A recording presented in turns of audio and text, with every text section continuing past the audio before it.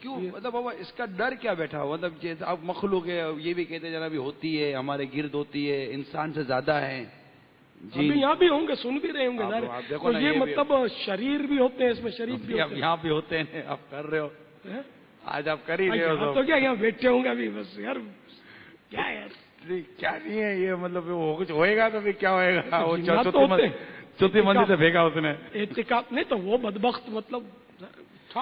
تو ہر جن ظالم تھوڑی ہوتا ہے، تو بابا اس سے ڈر کیوں لگتا ہے؟ مطلب اچھے بھی ہوتے ہیں، نیک جن بھی ہوتے ہیں. یہ عرض یہ کرے مخلوق ہے، اب اسے کیوں اتنا مطلب کہ انسان خوف زدہ ہے جب یہ نظر بھی نہیں آتا؟ ایک چیز خوفناک کی نظر آتی ہے نا بابا تو انسان ڈرتا ہے. ہاں کوئی ایسی خوفناک چیز ہے سامنے، کوئی ایسا جانور ہوتا ہے جو بہت خوفناک ہوتا ہے، اسے ڈر بہت لگتا ہے. یہ جن الگ ہے، کسی کو مطلب ایک کروڑوں لوگ ہیں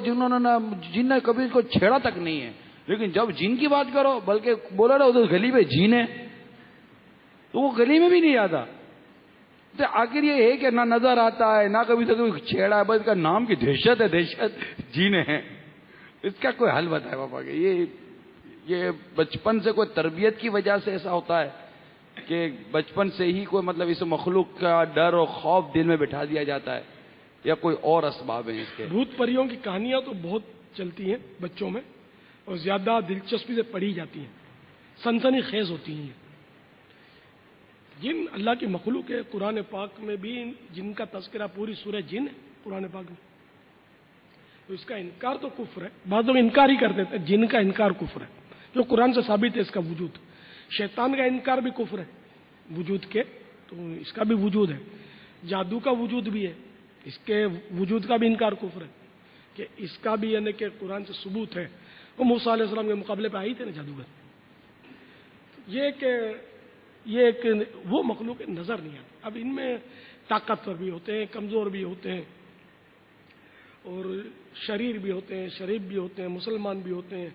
غیر مسلم بھی ہوتے ہیں، ہر طرح کے ہوتے ہیں. انسان سے پیار کرنے والے بھی ہوتے ہیں بابا، یہ پیار کرنے والے ہوتے ہیں جن، بالکل پیار بھی کرتے ہیں، مدد بھی کرتے ہیں، بعضوں کا تعاون کرتے ہیں، اچھا ساتھ دیتے ہیں، ہر طرح کے ہوتے ہیں. یہ گھر میں چیزیں بھی غائب کر دیتے ہیں، کچھ بزرگوں کے ماننے والے بھی ہوتے ہیں، سب کچھ کرتے ہیں. طرح طرح کے جن ہوتے ہیں کہ جیسے انسانوں میں.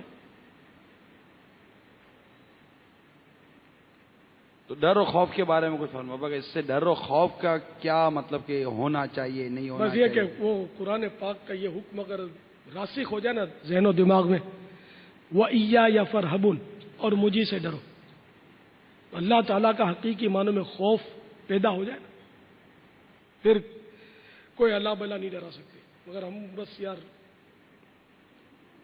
اگر ایسا کہیں تو بعض لوگوں کو ایسا کہ ہر چیز سے خوف لگتا ہے مگر خدا کا خوف نہیں، یوں کہہ سکتے ہیں. خوف خدا مل جائے تو سارے خوف جو ہے نا وہ پانی ہو جائے. اب یہ کہ خیر اس سے ڈر جانا جن سے کوئی کفر نہیں ہے، ڈر لگتا ہے نفسیاتی طور پہ، ظالم سے بھی ڈر لگتا ہے، لوٹیروں سے ڈر لگتا ہے، اے بھائی اس گلی میں نہیں جانا، وہ موبائل چھین لیتا ہے، ادھر کھڑے ہوتے ہیں. تو یہ ڈرنا تو یہ گناہ نہیں ہے بلکہ احتیاط کرنی چاہیے. ابھی یہ ہر ایک کو جو جن آ جانا ہے، اس کو جنات ہو گیا ہے، اس کو جن نے اثر کر دیا ہے، تھوڑا سا کوئی ایون کے بابا اگر کوئی طبیعت بھی خراب ہوتی ہے نا تو اب تو بعض ایسے وہمی قسم کے بھی لوگ پائے جاتے ہیں کہ طبیعت خراب ہے، ڈاکٹر کے پاس نہیں جائیں گے بلکہ بولیں گے اس کو جن کا اثر ہو گیا. اور وہ جن کے اثر میں بابا ایسا وہ بیچارہ وہ ڈاکٹر کے پاس جاتا نہیں ہے، اور وہ بیماری اس کو گلا کر تو سمجھے جن نے اور اثر کر دیا ہے، اس کا خاندان پورا آ گیا، وہ گیا بیچارہ. یہ کیا بابا ہر شخص کو جن ہی آ جاتا ہے؟ نہیں ضروری نہیں ہے. تو اب عوام کی نفسیات جیسے آپ نے وہ سنسنی خیز خبریں، اشتعال انگیز خبریں پڑھنا سننا، یہ جیسے عوام کی نفسیات ہے نا، تو یہ بھی ایک طبقہ ہے جس کی نفسیات ہے کہ عامل یا بابا جی جو ہے وہ جب تک جن یا اثرات یا اوپر کی ہوا کا اثر یا بدرو یا وہ خبیث ہے کہ ان کی ایک جنس بتائی جاتی ہے، یہ بھی مجھے وہ ان کی باباؤں کی شاید پیداوار ہو، وہ سر کٹا جن ہوتا ہے اس کو خبیث بولتے ہیں لوگ، خبیث مانے ناپاک. تو اس طرح کی جب تک وہ عامل وہ سنسنی خیز خبر نہیں دیتا نا اس وقت تک اس کی بھی گاڑی چلتی نہیں ہے. اگر آپ کے پاس آئے گا، آپ بولے گا یار نہیں یار نفسیات ہے سر، یار یہ کوئی جانتا ہی نہیں یار، وہ اس نے بولا تھا کہ پورا خاندان جنات کا اس پر مسلط ہے اور یہ لے بولتا ہے نفسیات ہے سر، پاگل بنا دیا اس نے، آتا ہی کچھ نہیں ہے۔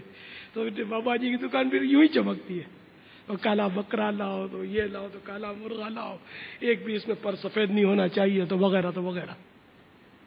تو اس کو جا کر قبرستان میں رات کو وہ ذبح کر کے چاروں کونوں میں اس کی ایک ایک ران رکھ دو اور سر اس کا چوک میں دفن کر دو۔ آپ وہ بولے بابا جی میں قبرستان میں رات کو کیسے جا، بابا جی تم ہی کر لو، ٹھیک ہے میں کروا دوں گا۔ وہ پھر یوں ترکیب بن جاتی ہے، بابا جی کے پیٹ میں بکرا بھی کٹتا ہے، مرغا بھی کٹتا ہے، اور بعض بار بھینسیں بھی گھس جاتی ہیں بابا جی کے پیٹ میں۔ یار وہ بابا جی کیا قبرستان میں جا کے بھینس کاٹے گا یار۔ تو اب یہ کہ ہر بابا جی برا نہیں ہوتا، لیکن جس طرح مطلب انسانوں میں آج کل برے زیادہ ہیں، جنات میں بھی اسی طرح برے زیادہ ہیں، اس طرح بابا جیوں میں بھی برے زیادہ محسوس ہو رہے ہیں۔